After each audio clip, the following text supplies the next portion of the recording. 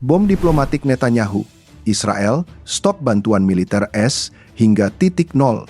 Selama puluhan tahun, bantuan militer Amerika Serikat menjadi fondasi pertahanan Israel yang tak tergoyahkan. Namun, dalam sebuah wawancara yang menggetarkan pusat komando di Washington, Benjamin Netanyahu baru saja melemparkan bom diplomatik.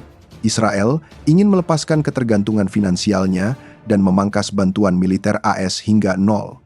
Apakah ini sebuah langkah jenius menuju kemandirian total atau awal dari keretakan aliansi paling krusial di dunia? Di pusat ruang kendali strategis Yerusalem, suasana mendadak menjadi tegang. Sebuah pernyataan keluar dari mulut Perdana Menteri Benjamin Netanyahu dalam wawancara eksklusif yang segera bergema hingga ke koridor Gedung Putih. Israel, negara yang selama ini dianggap sebagai sekutu paling intim Amerika Serikat di Timur Tengah, sedang merencanakan sesuatu yang tidak terpikirkan sebelumnya. Mereka bersiap untuk mengakhiri bantuan militer tahunan dari Washington yang telah berlangsung selama lintas generasi. Ini bukan sekadar perubahan kebijakan administratif, melainkan sebuah perubahan paradigma besar yang dapat mengubah peta kekuatan geopolitik dunia. Pernyataan ini muncul di tengah sorotan global terhadap ketergantungan Israel pada bantuan luar negeri. Selama bertahun-tahun, kritik pedas datang dari berbagai penjuru mengenai dana miliaran dolar yang mengalir setiap tahun ke Tel Aviv. Namun, di bawah lampu studio yang terang dan tatapan tajam kamera, Netanyahu menguraikan rencana jangka panjangnya dengan sangat dingin dan terukur. Ia menyatakan bahwa sudah waktunya bagi Israel untuk mempertimbangkan kembali hubungan keuangannya dengan Amerika Serikat. Jawaban tegas ya yang ia berikan menjadi sinyal bahwa Israel ingin berdiri sepenuhnya di atas kaki sendiri. Ia secara eksplisit mengungkapkan keinginannya untuk mengurangi dukungan militer Amerika Serikat hingga ke titik nol, sebuah langkah yang disebutnya sebagai visi kemandirian Israel di masa depan. Memasuki inti dari permasalahan ini, kita harus melihat realitas di balik angka-angka fantastis yang sering menghiasi tajuk berita utama. Selama ini, Israel menerima sekitar 3,8 miliar dolar Amerika Serikat sebelumnya dari Amerika Serikat. Dana yang sangat besar ini terbagi dalam dua pilar utama, 3,3 miliar dolar untuk pendanaan militer langsung dan 500 juta dolar yang dialokasikan Departemen Pertahanan AS untuk pengembangan bersama sistem pertahanan rudal yang sangat canggih. Perjanjian ini merupakan warisan dari era Presiden Barack Obama pada tahun 2016, sebuah nota kesepahaman yang berlaku untuk periode 2019 hingga 2028. Namun, di balik narasi tentang bantuan cuma-cuma, terdapat fakta ekonomi yang sering kali luput dari perhatian publik internasional. Hampir semua uang bantuan ini sebenarnya kembali berputar ke dalam mesin ekonomi Amerika Serikat.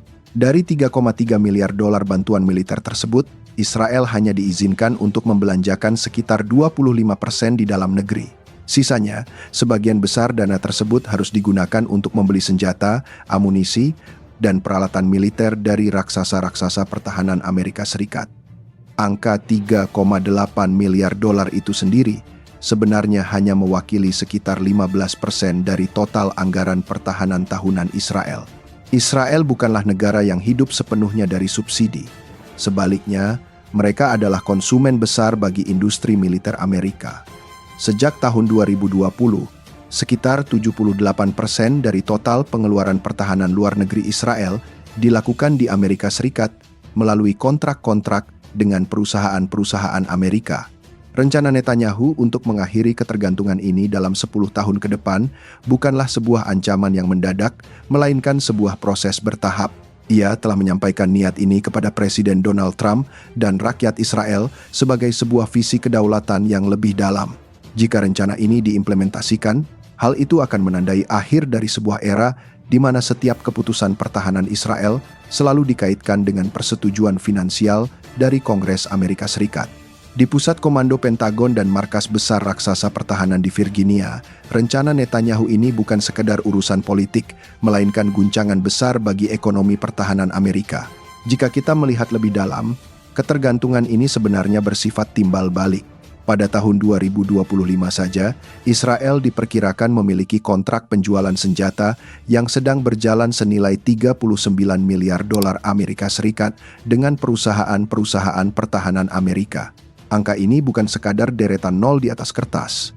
Pengeluaran ini secara langsung mendukung sekitar 20.000 pekerjaan berkeahlian tinggi di Amerika Serikat dan menciptakan ribuan lapangan kerja turunan lainnya. Lebih dari 1.000 perusahaan Amerika saat ini memiliki kontrak aktif yang terkait langsung dengan anggaran pertahanan Israel. Dari suku cadang jet tempur siluman hingga sistem elektronik radar, industri domestik Amerika telah menjadi bagian integral dari mesin perang Israel.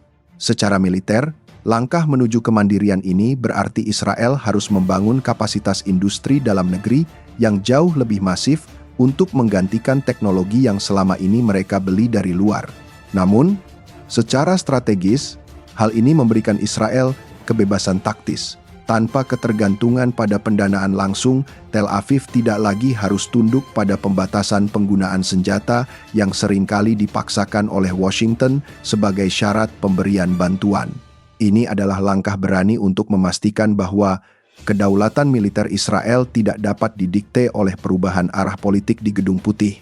Untuk memahami mengapa langkah Israel ini begitu dramatis, kita harus membandingkannya dengan peta bantuan luar negeri Amerika Serikat di seluruh dunia. Selama bertahun-tahun, narasi publik sering menyudutkan Israel, namun data menunjukkan gambaran yang sangat berbeda. Sebagai perbandingan, Irak pernah menerima hingga 9,6 miliar dolar pada tahun 2006, sementara Afghanistan secara konsisten menerima setidaknya 4 miliar dolar setiap tahun selama lebih dari 1 dekade, bahkan mencapai puncaknya pada 13,4 miliar dolar. Di era modern, Ukraina telah menerima bantuan yang jauh lebih masif, mencapai 48,7 miliar dolar pada tahun 2023 saja. Di sisi lain, wilayah tepi barat, Otoritas Palestina, dan Jalur Gaza juga menerima rata-rata 500 juta dolar setiap tahun dari Amerika Serikat, dengan paket bantuan terbaru mencapai 9,2 miliar dolar yang disetujui Kongres pada tahun 2024. Masalah yang sering memicu ketegangan di Washington adalah adanya laporan bahwa Otoritas Palestina menghabiskan lebih dari 300 juta dolar setiap tahun untuk program yang kontroversial, yang memberikan tunjangan kepada tahanan yang terlibat dalam serangan terhadap warga Israel. Bagi Amerika Serikat, memberikan bantuan bukan hanya soal kemanusiaan, melainkan soal melindungi kepentingan nasional. Israel tetap menjadi sekutu strategis terpenting yang memberikan layanan tak ternilai bagi Washington. Mulai dari berbagi intelijen tingkat tinggi, kerjasama teknologi medis, hingga menjadi garda terdepan dalam menghadapi ancaman regional.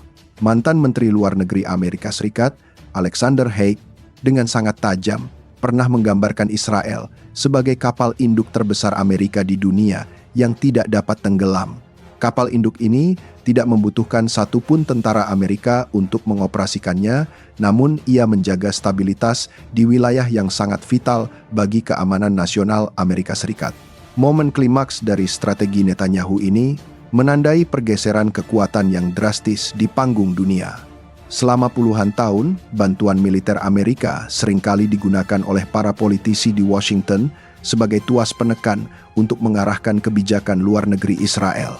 Namun, dengan menetapkan target pengurangan bantuan hingga 0 dalam 1 dekade ke depan, Israel sedang berusaha mematahkan tuas tersebut untuk selamanya. Secara strategis, hal ini berarti Israel sedang mempersiapkan diri untuk skenario di mana mereka mungkin harus mengambil keputusan militer yang sangat sulit tanpa harus menunggu lampu hijau atau persetujuan anggaran dari Kongres Amerika Serikat yang sering kali terjebak dalam perdebatan partisan. Langkah ini juga menjadi katalisator bagi lonjakan inovasi teknologi dalam negeri. Israel yang sudah dikenal sebagai bangsa startup kini dipaksa untuk mengubah seluruh ekosistem industrinya agar mampu memproduksi alutsista yang sebelumnya harus diimpor. Ini bukan hanya tentang membuat peluru atau kendaraan lapis baja, melainkan tentang penguasaan mandiri atas kecerdasan buatan dalam peperangan, sistem pertahanan laser, dan satelit mata-mata generasi terbaru. Titik balik ini akan menciptakan Israel yang lebih tangguh, lebih mandiri, dan secara paradoks, mungkin menjadi mitra yang lebih berharga bagi Amerika Serikat karena mereka bertransformasi dari sekadar penerima bantuan menjadi penyedia teknologi pertahanan tingkat tinggi yang setara. Rencana besar Benjamin Netanyahu untuk mengakhiri bantuan militer tahunan sebesar 3,8 miliar dolar dari Amerika Serikat adalah sebuah pertaruhan sejarah yang sangat berani. Jika berhasil diimplementasikan sepenuhnya dalam 10 tahun ke depan, dunia akan menyaksikan lahirnya Israel yang baru. Sebuah kekuatan militer global yang tidak lagi terikat oleh tali finansial Washington.